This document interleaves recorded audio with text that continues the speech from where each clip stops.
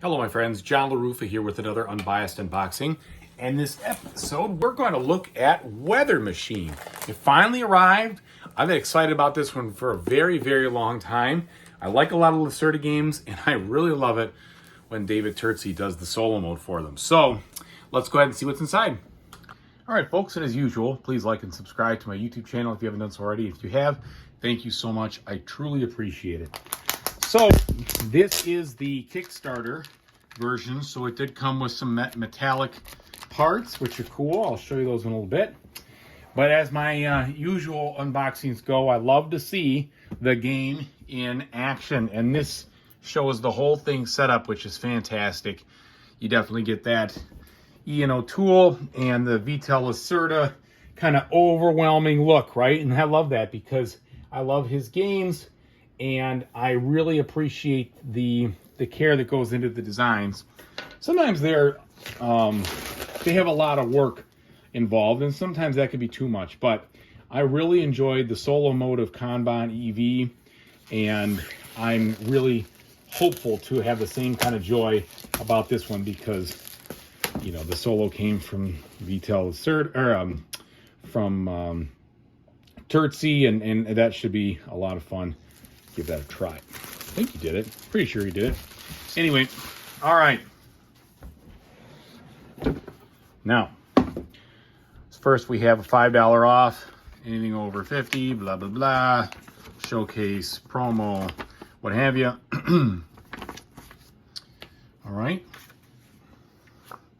We got the rule book that shows 2 to 4 players, but I know there is a solo mode in here. There better be, at least. If not, I'm in deep trouble. Okay, so the components and the artwork in the rule book has a very similar look, right? This looks a lot like some of the designs we've seen earlier from them, which is good. And I don't mind the way the rules are written for these games. They usually have nice examples. They're meaty games, right? I don't expect this to be any different, but they usually have plenty of examples, which are very helpful, which I really appreciate. So we do have a lot of content here. There's no doubt about it. It's a big rule book, and there's a lot to go over. But as long as there's also all these examples I see here, I think we're going to be okay. All right. So there we go. Okay. And then we have how to put it away guide, which is nice. That's helpful. Then some player aids. So each of these is for, I'm sure, your individual players. And that's a lot in a player aid, which tells me it's probably going to be like Lisboa, which had books for player aids as well. But I would appreciate a book rather than not having anything at all, because that is no good. Here we go. Here's the solo rules by Mr. Turczi. So the Saboteurs. So this is the rule book for the solo player. And there is certainly a lot here modifying and discussing what's going to happen. So this one's going to be, I'd say, probably a serious effort for anyone to try to learn, for me for sure, but it'll be worth it. And then we have a little upgrade pack info here. Now we get to the components. So we've got that nice medium thick, high quality featured cardboard here, which is good. Again, it really gives me that feeling, the same kind of production feeling as Kanban EV. I know you're getting Eagle Griffin games, so they've got this down. Wow, just look at that. Holy cow. So it is going to take some effort. That's a lot of icons. That's a lot of information. All right, getting into the player boards now. They're beautiful illustrations. They're double layered. They look quite nice here. Just really attractive in the way they look there. And I am a sucker for games that look good, for sure. Now we have, looks like the cogs, the gears. All right. Most likely in the different player colors, I'm going to guess. Then we have a bunch of square tiles and rectangle ones. I'm not exactly sure how those relate to what we're doing. Looks like some different weather tiles here with different weather effects on them.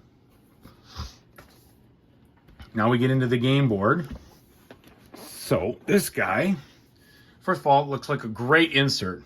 Really nice insert there. I'm going to set this aside so we can take a look at this game board. My guess is the thing's going to be gigantic, which is okay. So much of playing a Lacerda game is all about the presentation too, and I also appreciate that.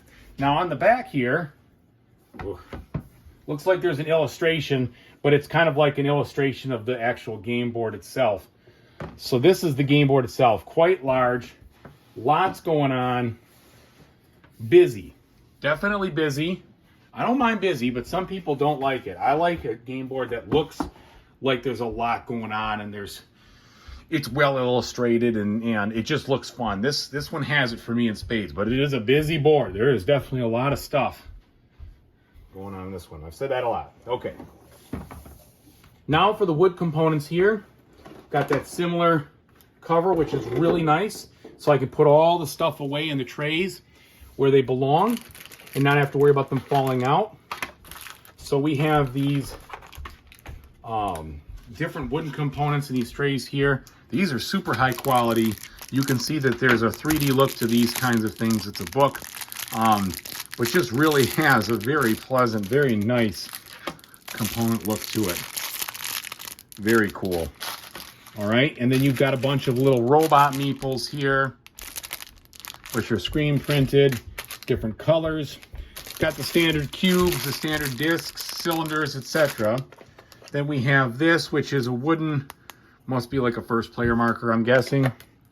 Then the metal one, which has, it looks like Vital Lacerda and Ian O'Toole's kind of name engraved on it, which is really cool. So that looks like, I don't know if it's a first player or a winning token or whatever, but there you go. And then some other custom meeples and things, probably some spare parts, which I always think is great. And then let's take a look at the cards here.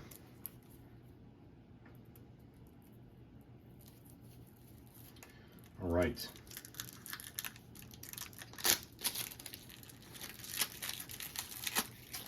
Card-wise, we have a nice texture on them. They are thick enough where I don't think you'll have to sleeve them if you don't want to.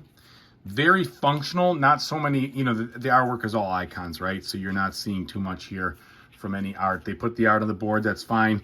These are just like some of the other things that I've seen in the Lacerda games where the card tells you what you're doing, but not much else, right? So you got a clean design. It's a little lackluster in my opinion, but it fits with everything else. And when you've got so much content on there, that's totally legitimate and reasonable. All right, so we've got plenty of cards, and then I'm sure this is this 1, 2, maybe these are the player aids, or maybe it's the Automa and the bot, probably the Automa, my guess. All right, so very good, lots of stuff here, whoops. Lots of things that look good. I can't wait to learn this one. I'm sure it's gonna be a brain burner, but that's okay. Anyway, thank you so much for watching. I really appreciate it. And whatever you decide to play in the future, I hope you have a fantastic time doing it. Take it easy, everybody.